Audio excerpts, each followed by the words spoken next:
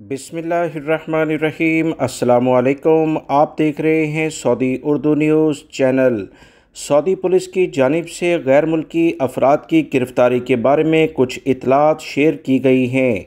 Saudi अरब के दो अहम रीजन जिसमें मशरक़ी रीजन और मक्कातुल मुकर्रमा रीजन शामिल है, यहाँ से गैर मुल्की अफराद जिनका ताल्लुक़ पाकिस्तान से है 7 के करीब गिरफ़्तार हो चुके हैं। इंतहाई अफसोस के साथ ये कहना पड़ता है कि पिछले काफ़ी दिनों से पाकिस्तानी भाई मुख्तलिफ ऐसी गैर कानूनी सरगर्मियों में मुब्तला पाए गए हैं जिसकी बुनियाद पर पाकिस्तानी सफारतखाना भी मुतहर्रक हुआ है। इस तरह की हरकत करना वतन अजीज़ की बदनामी का बायस बनता है। पाकिस्तानी भाई बहुत एहतियात बरतें और किसी भी लेवल पर आप किसी भी मुल्क में हों तो याद रखें वहाँ पर अपने मुल्क के आप सफ़ीर होते हैं।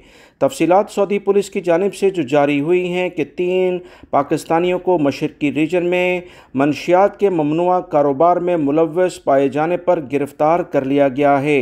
पुलिस ने कहा कि इन अफराद से तफ्तीश जारी है। मज़ीद कौन लोग इनके साथ शामिल हैं इस बारे में भी तहकीकात की जा रही हैं। तमाम कार्रवाई खुफिया निगरानी के ज़रिए की गई है। सऊदी पुलिस के ज़राए के मुताबिक मज़ीद जो इतलात आई हैं, 4 अफराद को जद्दा से गिरफ़्तार किया गया। ये चारों भी पाकिस्तानी हैं जो कि मनशियात के कारोबार में मुलव्वस थे। ममनुआ अशिया इनके पास से बाकायदा सबूत के तौर पर बरामद भी हो चुकी हैं। सऊदी अरब के सिक्योरिटी इदारे इनकी मुसलसल निगरानी कर रहे थे, फिर अचानक इन्हें जा दबोचा।